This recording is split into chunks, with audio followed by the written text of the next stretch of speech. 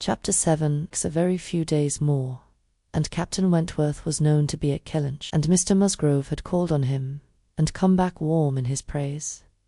And he was engaged with the Crofts to dine at Uppercross, by the end of another week, by seeing Captain Wentworth under his own roof, and welcoming him to all that was strongest and best in his. Only a week, in Anne's reckoning, and then, she supposed, they must meet. And soon she began to wish that she could feel secure even for a week. Captain Wentworth made a very early return to Mr. Musgrove's civility, and she was all but calling there in the same half-hour. She and Mary were actually setting forward for the great house, where, as she afterwards learnt, they must inevitably have found him, when they were stopped by the eldest boys, being at that moment brought home in consequence of a bad fall. The child's situation put the visit entirely aside, but she could not hear of her escape with indifference, even in the midst of the serious anxiety which they afterwards felt on his account. His collarbone was found to be dislocated, and such injury received in the back as roused the most alarming ideas. It was an afternoon of distress, and Anne had everything to do at once. The apothecary to send for, the father to have pursued and informed, the mother to support and keep from hysterics, the servants to control, the youngest child to banish, and the poor suffering one to attend and soothe. Besides sending, as soon as she recollected it, proper notice to the other house, which brought her an accession rather of frightened, inquiring companions than of very useful assistants. Her brother's return was the first comfort. He could take best care of his wife. And the second blessing was the arrival of the apothecary. Till he came and had examined the child, their apprehensions were the worse for being vague. They suspected great injury, but knew not where. But now the collarbone was soon replaced, and though Mr. Robinson felt and rubbed and looked grave, and spoke low words both to the father and the aunt, still they were all to hope the best, and to be able to part and eat their dinner in tolerable ease of mind. And then it was, just before they parted, that the two young aunts were able so far to digress from their nephew's state as to give the information of Captain Wentworth's visit, staying 5 minutes behind their father and mother, to endeavour to express how perfectly delighted they were with him, how much handsomer, how infinitely more agreeable they thought him than any individual among their male acquaintance, who had been at all a favourite before, how glad they had been to hear papa invite him to stay dinner, how sorry when he said it was quite out of his power, and how glad again when he had promised in reply to papa and mamma's farther pressing invitations to come and dine with them on the morrow. And he had promised it in so pleasant a manner, as if he felt all the motive of their attention just as he ought. And in short, he had looked and said everything with such exquisite grace that they could assure them all their heads were both turned by him. And off they ran, quite as full of glee as of love, and apparently more full of Captain Wentworth than of little Charles. The same story and the same raptures were repeated. When the two girls came with their father through the gloom of the evening to make inquiries, and Mr. Musgrove, no longer under the first uneasiness about his heir, could add his confirmation and praise, and hope there would be now no occasion for putting Captain Wentworth off, and only be sorry to think that the cottage party probably would not like to leave the little boy to give him the meeting. Oh no, as to leaving the little boy, both father and mother were in much too strong and recent alarm to bear the thought, and Anne, in the joy of the escape, could not help adding her warm protestations to theirs. Charles Musgrove, indeed, afterwards, showed more of inclination. The child was going on so well, and he wished so much to be introduced to Captain Wentworth, that, perhaps, he might join them in the evening.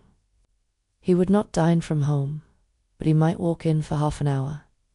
But in this he was eagerly opposed by his wife, No, indeed, Charles, I cannot bear to have you go away. Only think if anything should happen." The child had a good night, and was going on well the next day. It must be a work of time to ascertain that no injury had been done to the spine. But Mr. Robinson found nothing to increase alarm, and Charles Musgrove began, consequently, to feel number necessity for longer confinement. The child was to be kept in bed and amused as quietly as possible. But what was there for a father to do? This was quite a female case, and it would be highly absurd in him, who could be of no use at home, to shut himself up. His father very much wished him to meet Captain Wentworth, and there being no sufficient reason against it, he ought to go. And it ended in his making a bold, public declaration, when he came in from shooting, of his meaning to dress directly, and dine at the other house. "Nothing can be going on better than the child," said he. "So I told my father, just now, that I would come, and he thought me quite right. Your sister being with you, my love, I have no scruple at all. You would not like to leave him yourself, but you see I can be of no use. Anne will send for me, if anything is the matter. Husbands and wives generally understand when opposition will be vain." Mary knew, from Charles's manner of speaking, that he was quite determined on going, and that it would be of no use to tease him. She said nothing, therefore, till he was out of the room, but as soon as there was only an eye to be left to shift by ourselves, with this poor sick child, and not a creature coming near us all the evening, I knew how it would be. This is always my luck. If there is anything disagreeable going on, men are always sure to get out of it, and Charles is as bad as any of them. I must say it is very unfeeling of him to be running away from his poor little boy. Talks of his being going on so well. How does he know that he is going on well, or that there may not be a sudden change half an hour hence? I did not think Charles would have been so unfeeling. So here he is to go away and enjoy himself, and because I am the poor mother, I am not to be allowed to stir. And yet, I am sure, I am more unfit than anybody else to be about the child. My being the mother is the very reason why my feelings should not be tried. I am not at all equal to it. You saw how hysterical I was yesterday. But that was only the effect of the suddenness of your alarm of the shock. You will not be hysterical again. I dare say we shall have nothing to distress us. I perfectly understand Mr. Robinson's directions, and have no fears. And indeed, Mary, I cannot wonder at your husband. Nursing does not belong to a man. It is not his province. A sick child is always the mother's property. Her own feelings generally make it so. I hope I am as fond of my child as any mother, but I do not know that I am of any more use in the sick room than Charles. For I cannot be always scolding and teasing the poor child when it is ill. And you saw, this morning, that if I told him to keep quiet, he was sure to begin kicking about. I have not nerves for the sort of thing. But could you be comfortable yourself, to be spending the whole evening away from the poor boy? Yes, you see his papa can, and why should not I? Jemima is so careful, and she could send us word every hour how he was. I really think Charles might as well have told his father we would all come. I am not more alarmed about little Charles now than he is. I was dreadfully alarmed yesterday, but the case is very different today. Well, if you do not think it too late to give notice for yourself, suppose you were to go, as well as your husband. Leave little Charles to my care. Mr. and Mrs. Musgrove cannot think it wrong while I remain with him." "Are you serious?" cried Mary, her eyes brightening. "Dear me, that's a very good thought. Very good, indeed. To be sure, I may just as well go as not, for I am of no use at home, and it only harasses me. You, who have not a mother's feelings, are a great deal the properest person. You can make little Charles do anything. He always minds you at a word. It will be a great deal better than leaving him only with Jemima. Oh, I shall certainly go. I am sure I ought, if I can, quite as much as Charles, for they want me excessively to be acquainted with Captain Wentworth, and I know you do not mind being left alone. An excellent thought of yours, indeed, Anne. I will go and tell Charles, and get ready directly. You can send for us, you know, at a moment's notice, if anything is the matter.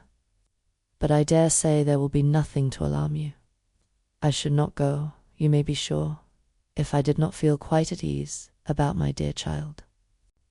The next moment she was tapping at her husband's dressing-room door, and as Anne followed her upstairs, she was in time for the whole conversation, which began with Mary's saying, in a tone of great exultation, "I mean to go with you, Charles, for I am of no more use at home than you are.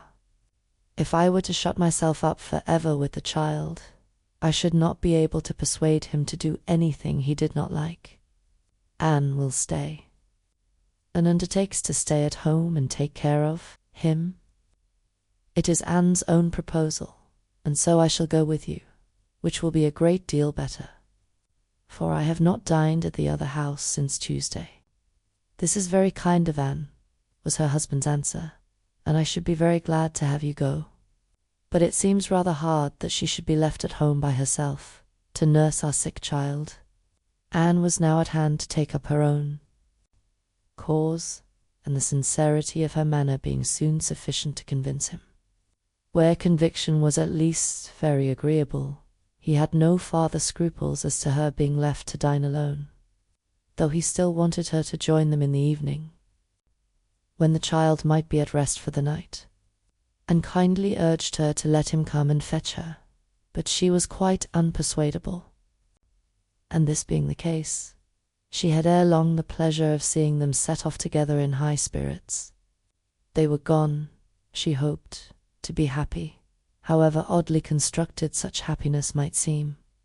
As for herself, she was left with as many sensations of comfort as were, perhaps, ever likely to be hers.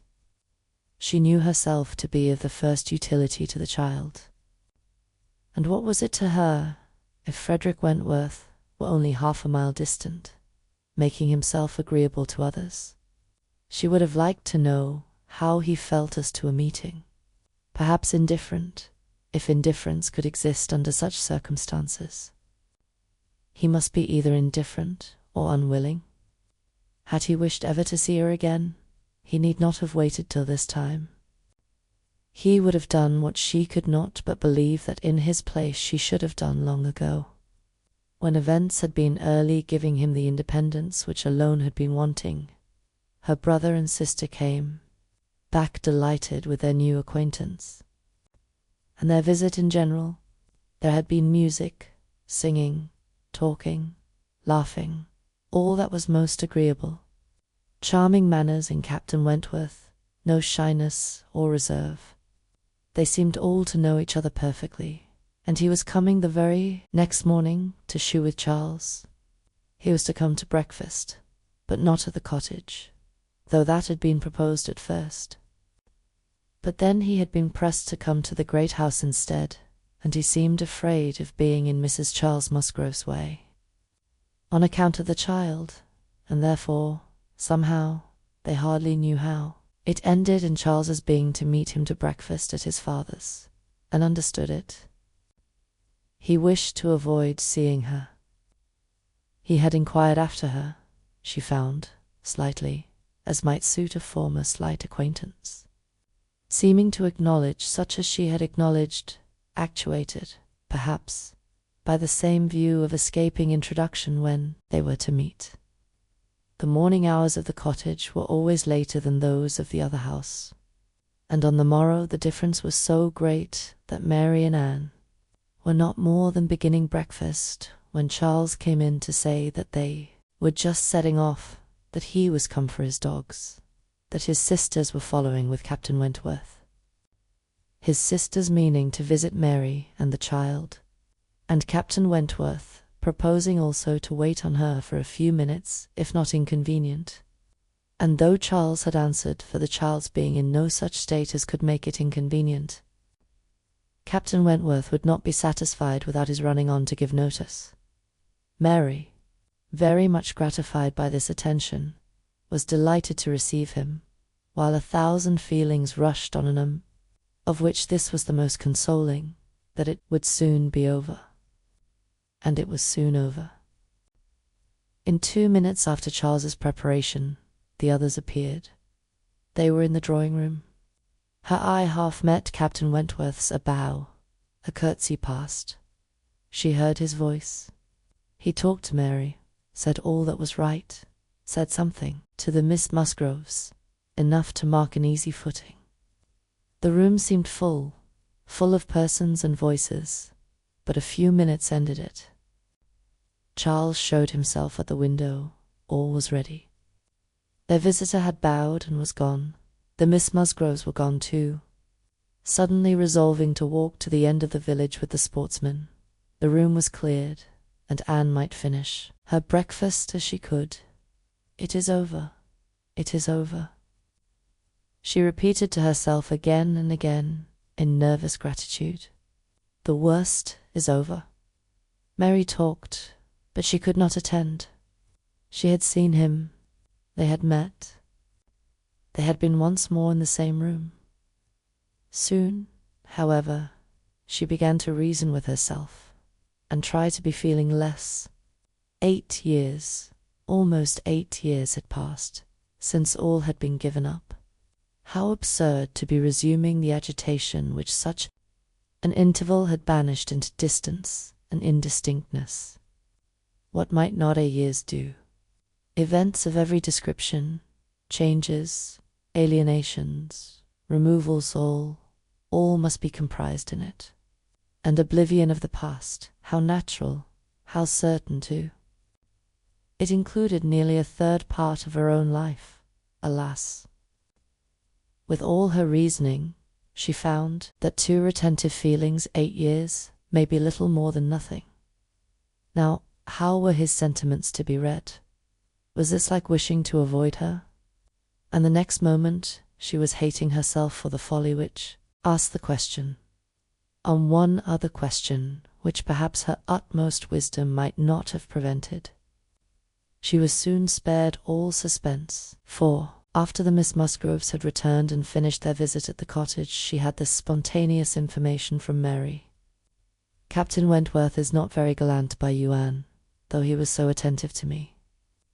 Henrietta asked him what he thought of you when they went away, and he said, "You were so altered, he should not have known you again."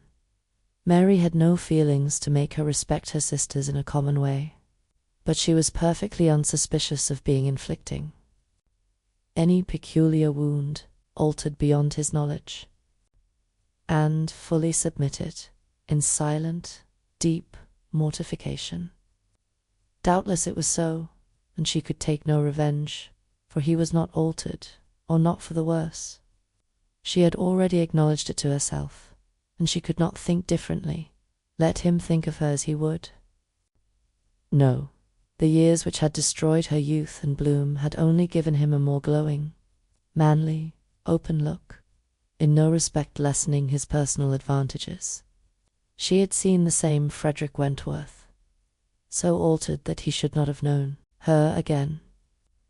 These were words which could not but dwell with her, yet she soon began to rejoice that she had heard them. They were of sobering tendency. They allayed agitation. They composed, and consequently must make her happier. Frederick Wentworth had used such words, or something like them, but without an idea that they would be carried round to her. He had thought her wretchedly altered, and in the first moment of appeal had spoken as he felt. He had not forgiven an Eliot. She had used him ill, deserted and disappointed him. And worse, she had shown a feebleness of character in doing so, which his own decided, confident temper could not endure. She had given him up to oblige others. It had been the effect of over-persuasion. It had been weakness and timidity. He had been most warmly attached to her, and had never seen a woman since whom he thought her equal. But, except from some natural sensation of curiosity, he had no desire of meeting her again. Her power with him was gone forever. It was now his object to marry. He was rich, and being turned on shore, fully intended to settle as soon as he could be properly tempted. Actually looking round, ready to fall in love with all the speed which a clear head and a quick taste could allow, he had a heart for either of the Miss Musgroves, if they could catch it. A heart, in short, for any pleasing young woman who came in his way, excepting an Elliot. This was his only secret exception, when he said to his sister, in answer to her suppositions, "Yes, here I am, Sophia, quite ready to make a foolish match. Anybody between 15 and 30 may have me for asking. A little beauty, and a few smiles, and a few compliments to the navy, and I am a lost man. Should not this be enough for a sailor who has had no society among women to make him nice?" He said it, she knew, to be contradicted. His bright, proud eye spoke the conviction that he was nice. And then Elliot was not out of his thoughts when he more seriously described the woman he should wish to meet with. A strong mind, with sweetness of manner, made the first and the last of the description. "That is the woman I want," said he. "Something a little inferior I shall of course put up with, but it must not be much. If I am a fool, I shall be a fool indeed, for I have thought on the subject more than most men.